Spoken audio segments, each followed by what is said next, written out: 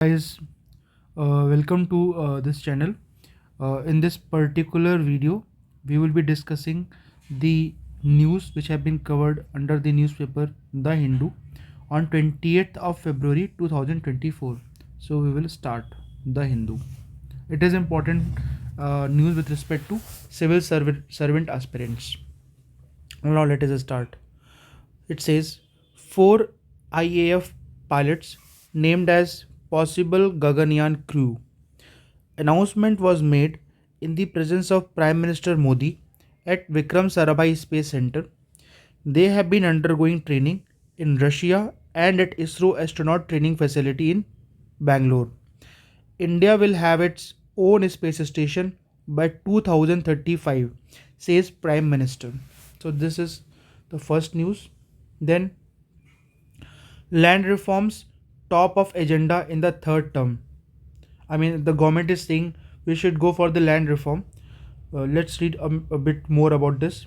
The government led by Narendra Modi, if returned for a third term in office, will place reforms in all factors of production, including land, labor, and capital, on top of agenda, along with 21st century factor of digital infrastructure in its pursuit to make India the world's third largest economy. Finance Minister Nirmala Sitharaman asserted on Tuesday. She said that systemic and area specific reforms will continue if the present regime returns to power, while next generation reform will certainly be on the top of the agenda. So, it is with respect to making India the third largest economy and doing the structural reform and doing the second generation reform. Now, third news says 10,000 genome project completed. So about 20 institutions across India are involved in the project. So 10,000 genome project. I mean, the name of the project was 10,000 genome. One can remember it. 10,000 genome project. It has completed. Now these are another news. Simlipal seeks more female tigers from other regions. Odisha government tried to NTCA over the high number of melanistic tiger in the reserve forest flags inbreeding concern. Inbreeding refers to when there is a breeding within the family member. It results into the rising number of melanistic tigers. I mean, you have seen that the strips of the tiger gets black. So this strip at times get more black, like that. So they get more black type of strips. That's why the government wants to introduce more female tigers. Then there's a news. It says Tagore kin opposes felling of historic trees in Shanti Niketan. Okay. Then in this particular editorial page, decoding the spending. The latest household spending survey signals some shift in the people's priorities. That requires a nuanced approach to read into. You can look into it. Then the global order of fraying around many edges. The global order of fraying around many edges. So we can read what it tries to say. The United Nations led system is still the default option, but events in the 2020s are dealing a body blow. I mean, this is with respect to a lot of reforms are required. We can read the conclusion what it says. What could replace the UN system and how? The organization and grouping outside the UN are all ad hoc and tend to serve limited interests rather than universal values. Some function as clubs such as Association of Southeast Asian Nations, European Union, G7, G20 and World Economic Forum. Others are limited alliances envisaged as maintaining regional security such as NATO without global treaties and legal obligations binding on them. They are essentially only as effective as their last summit. Yet their very existence points to a need for a change. The last time the global system changed was in the aftermath of an all consuming war. That is sobering thought on which to base an evaluation of the current crumbling global architecture. So overall, it is targeting with respect to reform in the global governance and global architecture. Then the burden of power. Search for superpower status should not drive India's space exploration. I think it's a cautious one. So we can read, I would say, last paragraph. Other countries, including China, may be technologically ahead, but India must keep the focus on scientific exploration and expanding human horizons and not on achieving some space superpower status. Okay. Then another article is stop the dithering and encourage green elections in India. So we can read the crux here. The journey can begin by enacting appropriate legislation with Election Commission of India incorporating these methods in the model code of conduct. So there is an element of green election. What is the blueprint of green election? The green transition must involve all stakeholders such as political parties, election commissions, governments, voters, media, and civil society. The success of integrating top level directives with the grassroots initiative to foster a green transition is imperative. Political parties must take the lead.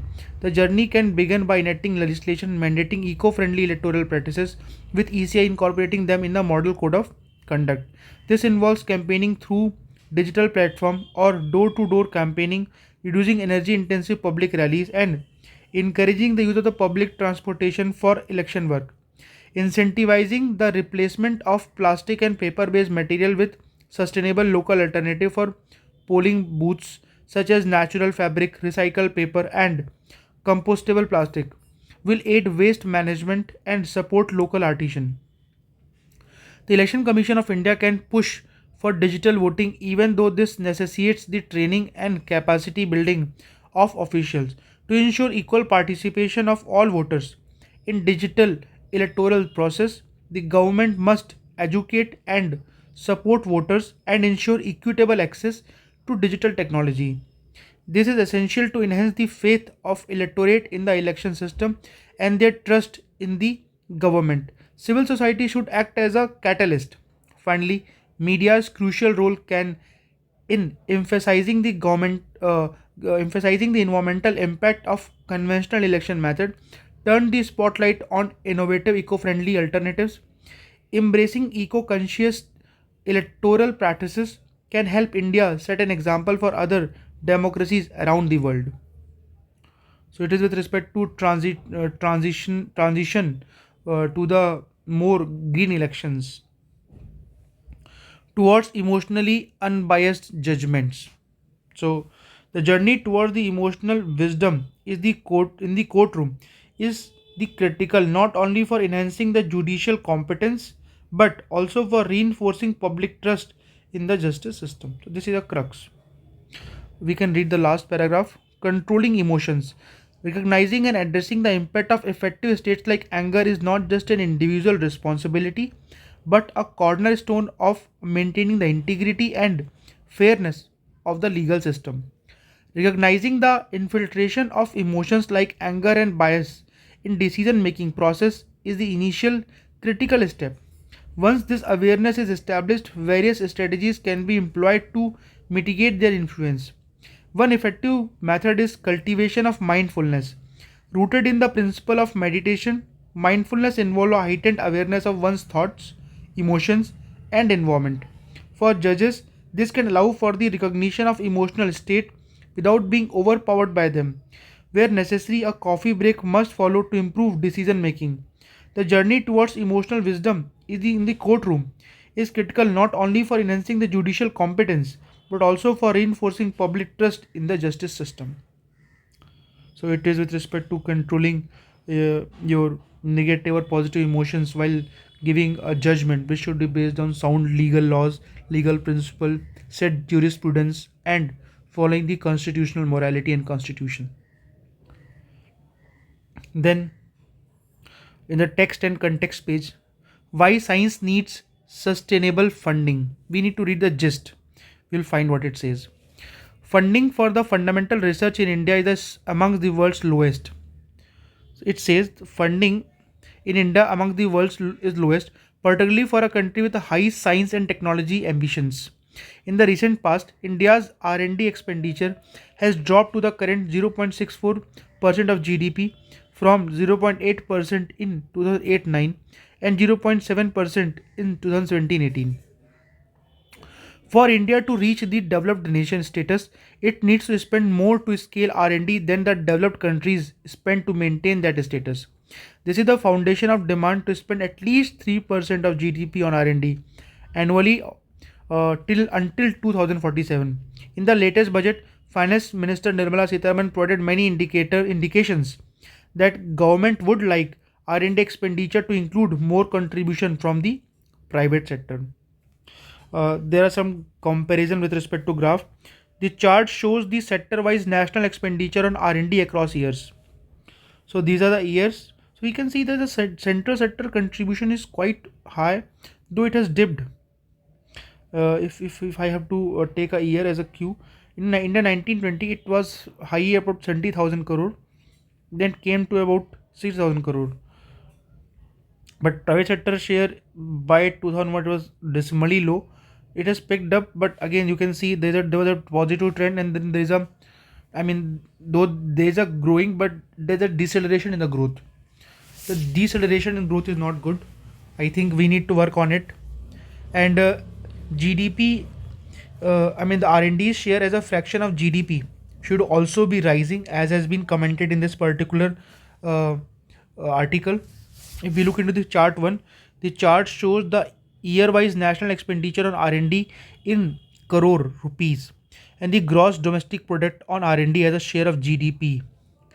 So GDP on R&D as a percent, I mean GDP expenditure on R&D as a percentage of GDP.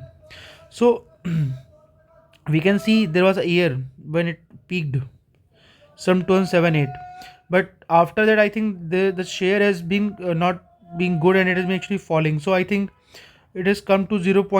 Let's say 0.64 in the current time, which is not good, and I think India needs to invest more. But if we look into the rupees invested into the R&D, we can see the trend is actually positive. It is growing.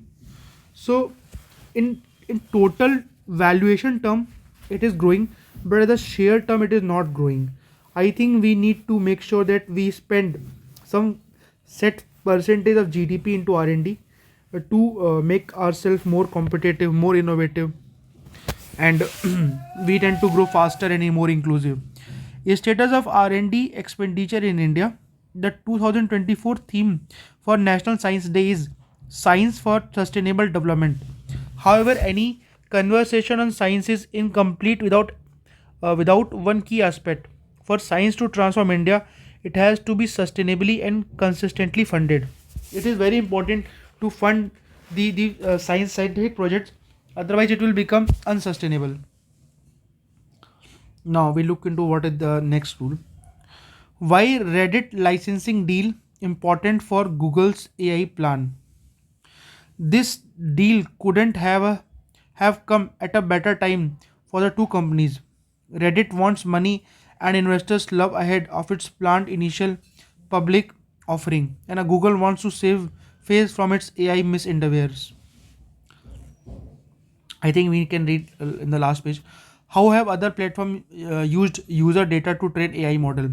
Unlike Reddit, few platforms have been forthcoming on whether the public information of users is used to train AI models. X, formerly Twitter, is September said it would use users' post to train AI model for the purpose of outlined in its policy. The policy did not specify the AI model it referred to. Meta used user data from its applications, including Facebook, Instagram, and Threads, would be used to train AI for its AI chatbot. While TikTok and Snapchat have both launched AI chatbots, neither has mentioned taking users' posts to train AI models. The practice of using users' data to train algorithm is not new in the world of technology. Most of the platforms recommender engine uses a person's users data to suggest videos, articles, and movies. But using that information to train AI models is new, and it calls for the caution given these chatbots' propensity to regurgitate personal information. when it responds to prompts. A case in point is Samsung banning the use of AI chatbots in its office after it found that the bot spits out companies' secrets after employees used the application. So that is there. National Science Day is celebrated in India on February 28 every year to mark the discovery of Raman effect. So today we celebrate the National Science Day on the discovery of the Raman effect. Then four Indian Air Force pilot named as possible mission crew, which is there. Months after peace pacts with the UNLF, Manipur sees rise in extortion cases. In the absence of designated camps, armed members of the valley based insurgent groups are living in their homes or in other civilian areas. Government has also not nominated a security agency to track the movement of these insurgents. So I think this is with respect to the safety of the northeastern region, and especially with respect to Manipur, that we need to look into. Then land reform top of the agenda in the third term, as I have discussed in the first page. Miss Sita Ramanan nudged Indian industry to set up swiftly on the investment front, just as global investors are betting on India. You were with India in its freedom fighting movements and built your industry despite the colonial pressure. It's time for us to have economic independence with this goal of Viksit Bharat, as Finance Minister said. India to have its own space station by 2035, says Modi. PM lauds the ISRO scientists speak about future missions to Moon and Venus. He says that four astronauts named for the Gaganyaan mission would carry aspirations of 140 crore people to space. So it is with respect to space. Prime Minister, who reviewed the progress of Gaganyaan mission during his visit, pointed out that most of the equipment was made in India. Gaganyaan is set to take India's space sector to new heights at a time when India is preparing to become one of the top three global economies. So this is with respect to news of that. Birds of many feather has been there. Then HS HCES full results to be out by June. Complete survey report with the unit level data shall be put in public domain in 3 months, says officials. Ongoing 2023-24 survey to be completed this July. Results due by early 2025. Decision on base year for CPI revision likely only after that. Comprehensive findings. Detailed household consumption expenditure survey. Detailed household consumption expenditure survey. Finding will now come soon after elections, says a top official. Household consumption expenditure survey is key for updating macroeconomic indicators including CPI and GDP. Two consecutive survey to enable choice of appropriate period for base year reset. HCES, that is Household Consumption Expenditure Survey, now covers 405 items compared with 347 in 2011-12, said officials. SBI recons poverty levels between 4% to 5%. Spending on food items drops. India's rural poverty level has declined to 7.2% from 25.7% in 2011-12, while urban poverty eased to 4.6% from 13.7% over the same period. State Bank of India's economic research team said in a report on the household consumption expenditure survey. So, I mean, all in all, they are saying that poverty has reduced to 7.2% in the rural India and 4.6% in the urban area. So, it has reduced drastically. At a national level, the bank's economists reckoned that the poverty rate in India could now be in 4% to 5% range, with a keyword that this number could undergo minor revision once the census to count the population that was due in 2021 was completed and the rural urban population share was published. We believe urban poverty could decline even further. The bank's researcher also stimulated the impact on retail inflation trends. If lower spends on food, if lower spends on food item reflected in the HCES were used to reduce the weightage of the food in the Consumer Food Price Index. Weight of the major food item has revised from 47.8% to 42.8%. At all India level, with share of food declining more in rural areas, the economists observed in the report. We estimated April 2022 inflation could have been higher at 8% against existing 7.8%, while January 2024 inflation would be 4.8% against 5.1%. The overall impact on the headline inflation would be a combination of whether food inflation outstripped the core inflation, excluding food and energy item, or vice versa. If core is declining, this will have a sobering impact on headline inflation. So this is with respect to inflation, household consumption expenditure survey, and the kind of trend it is trying to project into the world. US strikes Houthi, unmanned vessels, anti-ship missiles, and drone. The US strikes Houthi unmanned vessel, anti-ship missiles, and drone. US forces struck 3 unmanned vessels and 2 cruise missiles inside Yemen and an attack drone over Red Sea on Monday that posed an imminent threat to ships in the area. The vessel and missile weapon were prepared to launch toward the Red Sea, the military said, adding that the drone were already airborne. EU wary as Macron hints at Western troops in Ukraine. France president says, "We will do whatever it takes to ensure that Russia cannot win this war." Swedish, Slovak, and German leaders say there is no plan to send EU or NATO troops to Ukraine. What it says, not on the card. Prime Minister Ulf Kristersson of Sweden, which is set to join NATO, poured cold water on the idea, saying it is not on the card at all.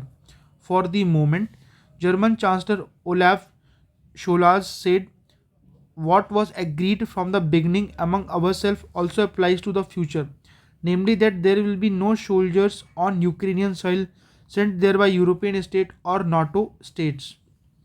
Kremlin spokesperson Dmitry Peskov said that if NATO troops appeared in Ukraine, we need to speak not about a possibility but of the inevitability of confrontation. I think this is going to our last article for to last page for the article. Newfound obelisks join viruses, viroids as third unusual life form. We need to read the gist. The virus's life cycle is simple. They infect a host cell, use the cell's machinery to make more copies of themselves, then infect a new cell to repeat the cycle. RNA of viroids do not code for any protein. They are mostly just a small piece of RNA that serve no function apart from propagating themselves. Obelisk RNA is much longer than that of viroids and appear to code for two proteins, neither of which bear any similarity to any known protein from any other life form. So all we could say is this talk with respect to what is viruses, what is viroids, and what is the next term, that is obelisk RNA. Researchers have analyzed 5.4 million sequence data sets of RNA from bacteria in human gut. In 220,000 of them, 29,959 distinct obelisks were identified. They looked for obelisk in RNA dataset of bacteria found in the mouth as well, and found them in half. Obelisks were found to be present in gut and oral bacteria in all the 7 continents. Then last is the plant that wants to be left alone. It is with respect to your prelims examination. Mimosa pudica shrinks by releasing water into its intercellular spaces. So the name of this particular plant is Mimosa pudica. I think that's all for today's news with respect to the Hindu. I think I have covered almost all the news which have been important for the civil service examination preparation, and I hope you benefit with it. So thank you.